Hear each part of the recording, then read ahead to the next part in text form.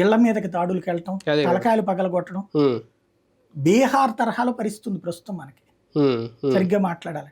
ఉమ్, కానీ సమాధానం చెప్పే వాళ్ళు నాయకులు ఎవరు మాట్లాడట్లేదు. ఉమ్, ఇప్పుడు జగన్ నిన్న మాట్లాడాడు. అవును.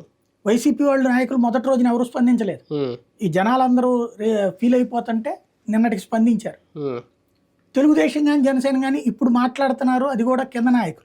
ఉమ్, మన ఉద్దేశం ఇది కాదు. పవన్ కళ్యాణ్ గారు మంచిగా చెప్పారు, ఇది కరెక్ట్ కాదని. అవును, ఆయన చేయమని కూడా చెప్పారు. కానీ చేయమని చెప్పారు, కానీ కింద చేసేస్తున్నారు. కింద చేసేస్తున్నారు. అదే మరి. అది కంట్రోల్ చేసేటటువంటి, అంటే ఎలక్షన్స్ ముందు జరిగిన ఉపన్యాసాల ఇంపాక్ట్ ఇదంతా. వస్తే అంతు చూస్తామంటే అది అంతు చూడాల్సింది ఏమని చెప్పారు వాళ్ళు, లీగల్ గా అన్నారు. కానీ ఇక్కడ ఫిజికల్ గా జరుగుతుంది. ఇప్పుడు వీటి ఇంపాక్ట్ ఎట్లా ఉంటదంటే, ఒరిజినల్ గా పార్టీలకి బానిసలుగా బ్రతకాల్సి వస్తుంది నాయకులు కానీ ఈ కార్యకర్తలు.